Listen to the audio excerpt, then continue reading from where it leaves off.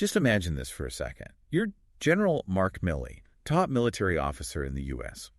It's January 8th, 2021. The Capitol assault just happened 2 days ago, and it's just past 7 a.m. And you're on a top-secret call. Exactly. An urgent call with your Chinese counterpart, General Ai.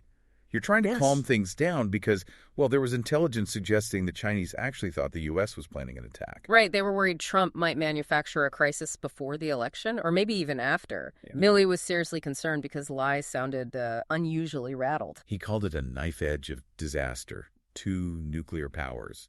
Just teetering. And think about the day before that call. Speaker Pelosi phones Milley.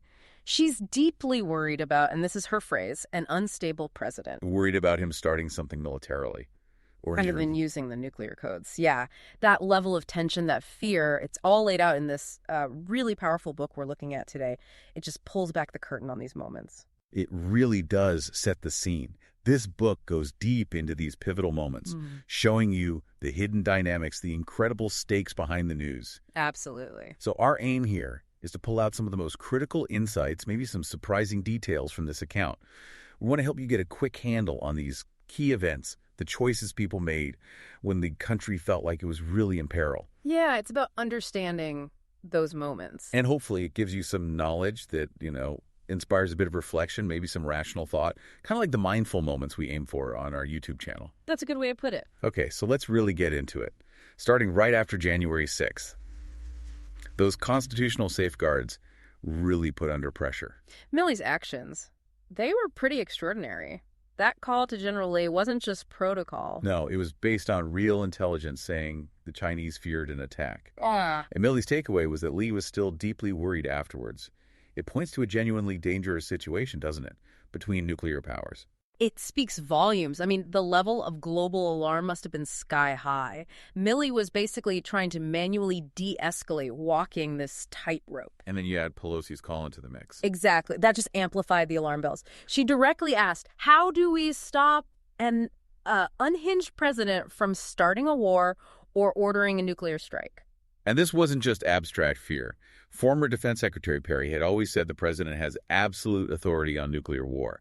No second opinion needed. Right. So if that's the case, what happens to the checks and balances we think are there? Well, Milley, feeling that pressure, he actively tried to build in a kind of second opinion. He had this phrase, the absolute darkest, and he pushed for strict procedures. What did that involve? He told his officers basically, make sure the right people are involved, make sure I'm involved, don't forget. And this wasn't just nukes. For any military action. Any military action. He demanded to be in the loop. The fact that he felt he had to create this check, it's kind of stunning, isn't it? It really shows how fragile those unwritten rules can be and the burden on individuals when things get really tense. Which brings us to another key point. The politicization of the military. Yeah, Milley had his own wake-up call with that, didn't he? After the walk to St. John's Church with Trump. That photo op, he realized pretty quickly it was a mistake. That it looked like he was taking sides. And that realization influenced him later. He told Secretary Esper to ratchet it down with the military look of the National Guard at the Lincoln Memorial. Trying to maintain that line, that apolitical stance, even under intense pressure. Right. So Milley's navigating this incredibly tricky path. But he wasn't the only one facing tough decisions. No. The book talks about battles inside the administration, too. Like with the Attorney General Barr at the Justice Department. He was trying to manage Trump's urge to, as Barr put it, monkey around with the criminal justice process. His line was pretty clear. If there's something appropriate for you to know, I'll tell you. Basically trying to keep the president out of specific investigations. Yeah, you get the sense Barr was really frustrated. He talked about Trump's pig-headedness and his blindness to how Washington works. A prime example was birthright citizenship, wasn't it? Oh, yeah. Barr called it Groundhog Day. Trump kept demanding an executive order to deny citizenship to kids born in the U.S. if their parents weren't documented. Which flies right in the face of the 14th Amendment. Completely. It shows a willingness to really push those constitutional boundaries. And speaking of pushing boundaries, let's talk about potential military action. There's this account of a meeting about Iran. Right. Trump asks General McKenzie for options. Airstrikes, sea strikes, cyber attacks, even invasion. And the book says McKenzie made them sound kind of enticing. Which is where Milley steps in again, crucially. He holds his hand, tells McKenzie, Frank, tell him the rest of the story. And then he just rattles off the questions, right?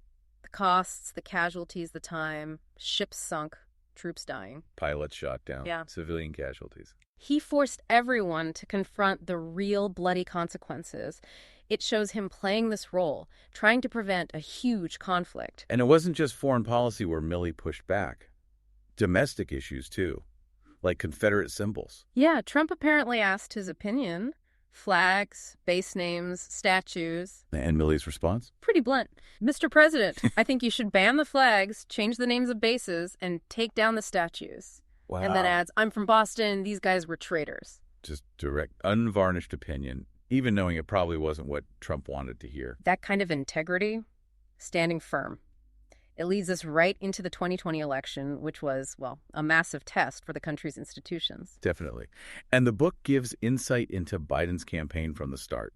Mike Donilon's advice, but on who you are. You are the message. That whole soul of the nation concept really came from that. But the campaign wasn't easy early on. There were worries about Biden's slow decision-making, the campaign operation maybe not being robust enough. South Carolina was huge, though. Jim Clyburn's endorsement.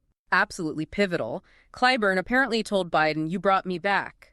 That connection was vital. And later, Ron Klain, his chief of staff, had that frank talk with him, basically asking, are you ready for how ugly this is going to get? Predicting a battle to the death, nothing off limits, even attacks on family. It just shows you the personal pressure cooker these campaigns become. And, of course, the election itself and the challenge to the results. Attorney General Barr again. Taking that public stand. Saying the Justice Department had found no evidence of widespread fraud that could have actually changed the outcome. Despite Trump pushing charts about vote dumps and all that, that's a pretty stark statement from your own AG. What does that tell you about the mood inside? It signals a real fracture, doesn't it? Barr sticking to the facts, the law, even when it meant directly contradicting the president. And after the experts explained voting machine security, Barr's conclusion on the fraud claims was, let's just say blunt. It's all bullshit. He'd clearly had enough. And you can't forget the Four Seasons Total Landscaping press conference. Oh, that was memorable. Next to the adult bookstore, with a poll watcher later identified as a convicted sex offender. It just underscored the kind of desperate theater of it all. Which brings us to Mike Pence on January 6th.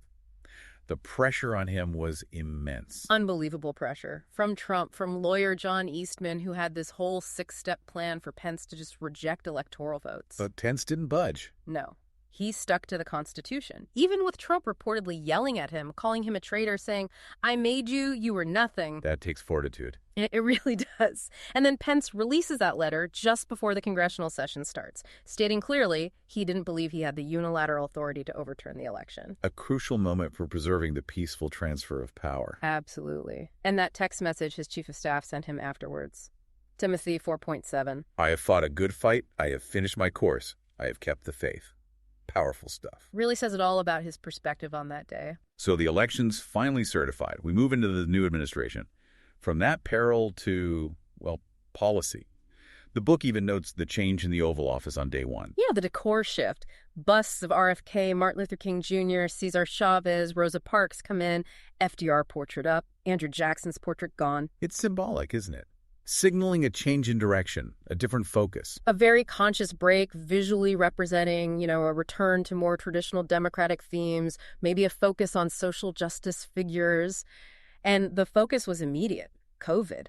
Right, Biden diving straight in, asking tons of questions, pushing on vaccines, mass vaccination sites, mobile units, aiming to get enough vaccine for all adults by May end. A clear signal. Okay, the transition chaos is over, now we act. Then came the fight over the $1.9 trillion rescue plan. That was a big early test. Huge. And Pelosi was firm against the much smaller Republican counteroffer, asking them, are you going to cut out the food for the children? Very pointed. Bernie Sanders, who ran against Biden, was fully on board with the big stimulus. Yeah, emphasizing the need for bold action. But the key player was really Senator Joe Manchin, wasn't he? Definitely. That whole standoff over the unemployment benefit amount. $300 versus $400. But to a 9-hour delay.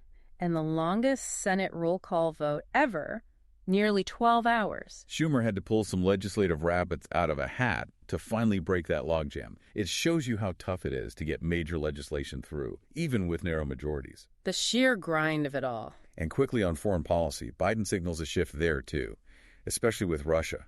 aiming for stable and predictable. A real contrast. And this was after intelligence confirmed Russian interference, the Navalny poisoning, cyber attacks. So when Putin apparently complained in a call, "I'm upset you called me a killer," Biden's response was just direct. I was asked a question. I gave an answer.